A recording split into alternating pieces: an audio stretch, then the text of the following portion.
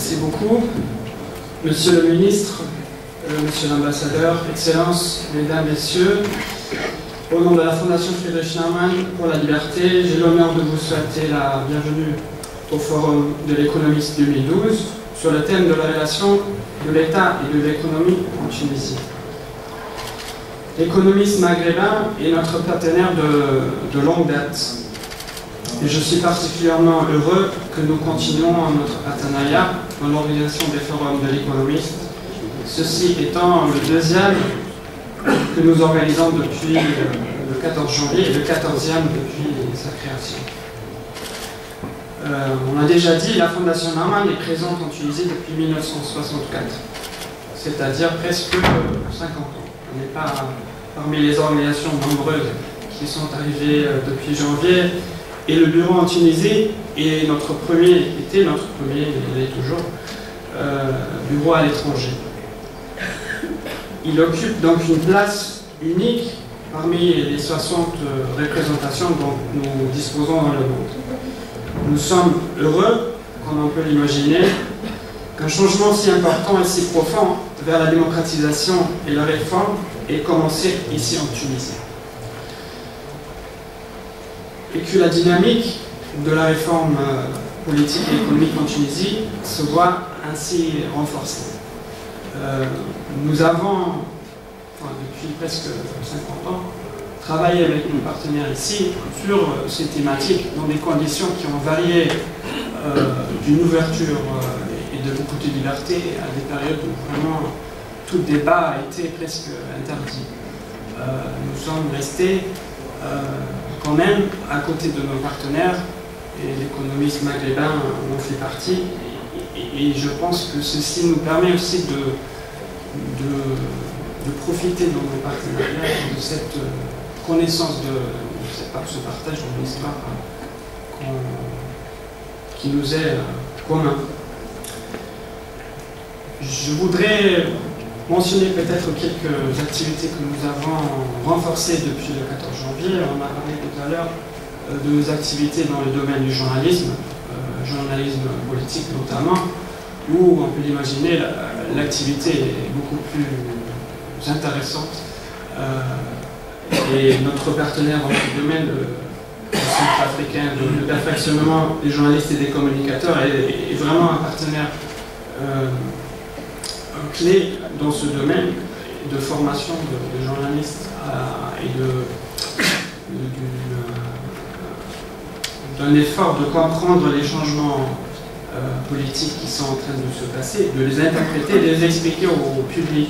C'est un travail qui est intéressant pour moi, d'abord parce que moi aussi, comme on a entendu tout à l'heure, personne n'a vu ce qui est en train de se passer avant, c'est-à-dire on est tous en train d'apprendre, et c'est quelque chose qui est enrichissant pour les deux côtés. Dans le domaine de l'économie aussi, nos activités ont été renforcées. Cette année, on va présenter le rapport sur la liberté économique dans le monde arabe que nous publions avec l'Institut Fraser du Canada chaque année. Il va être présenté ici en Tunisie. J'espère revoir certains d'entre vous, ou même tous, pour la présentation de ce rapport qui va prendre place au mois de novembre.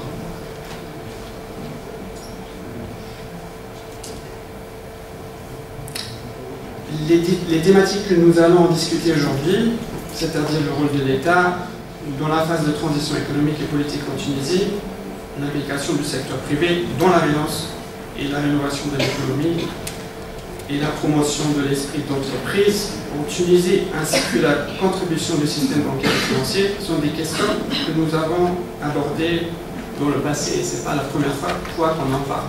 On a mentionné tout à l'heure que la question de l'État, comme la Fondation représente un peu les idées du libéralisme, le rôle de l'État, c'est un élément clé de nos activités, des débats que nous essayons d'accompagner de société.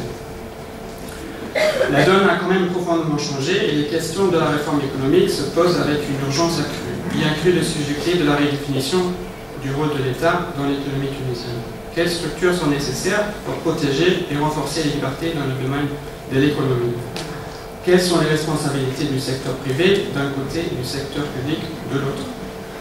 Comment attirer l'investissement nécessaire pour une croissance économique qui peut à son tour créer des emplois dont surtout la jeunesse en Tunisie réclame le droit? Je pense, je l'espère, que la réponse à cette question va être une qui se situe au juste milieu. Sans doute, l'existence d'un État performant et d'une administration professionnelle sont des atouts énormes de la Tunisie, qui la distinguent de beaucoup d'autres pays de la région et qui ont permis à la vie publique et économique de quand même continuer après la Révolution. Et ceci même dans l'absence d'une constitution en vigueur. Dans le passé, ce cadre a permis aux entreprises étrangères de permuter une partie de la production ici en Tunisie, tout en respectant les exigences de la production just in time. Mais en même temps, la situation n'était peut-être pas si simple pour les entreprises tunisiennes elles-mêmes, qui souffraient face à une ingérence parfois ou souvent arbitraire dans les affaires économiques, d'un champ de compétition déséquilibré. Les chiffres d'investissement ont ainsi affiché une baisse d'année en année, dans les années déjà qui ont précédé la révolution de janvier l'année dernière. Il s'agit donc de restituer la confiance des investisseurs et des entrepreneurs tunisiens d'abord. Pour faire cela, un État est indispensable qui protège la liberté économique de chaque citoyen, sa propriété privée ainsi que le droit au rendement de son activité économique et de son investissement. Il s'agit là d'un principe de base de la démocratie libérale qui a permis en tant que pays, à tant de pays de s'enrichir, que ce soit en Asie de l'Est, en Amérique latine et aussi en Europe de l'Est. Au-delà du respect de ce principe de base, l'État peut jouer son rôle pleinement de promoteur de croissance et non pas de frein s'il est au service du citoyen et de l'entrepreneur, c'est-à-dire dans l'intérêt général de tous. Ceci inclut un effort à réduire la charge administrative pour l'entrepreneur, ainsi que la transparence totale dans les réglementations économiques, ainsi que dans leur application.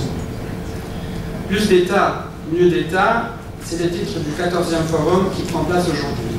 Et donc aussi un appel de redonner à l'État son rôle de garant de libertés fondamentales dans le domaine économique. De le rendre plus actif et plus incitatif à l'initiative économique en Tunisie, sans pour autant tomber dans un dirigisme qui étouffe la créativité de l'entrepreneur, ni dans un laxisme qui crée de nouvelles inégalités et qui perturbe les équilibres économiques nécessaires pour le développement d'une économie complexe et productive.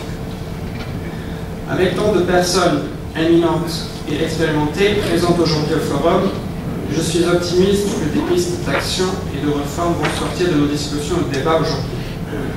J'espère qu'ils aideront à trouver le juste milieu dans la recherche et l'objectif de la démocratie et de l'économie libérale. Je vous remercie.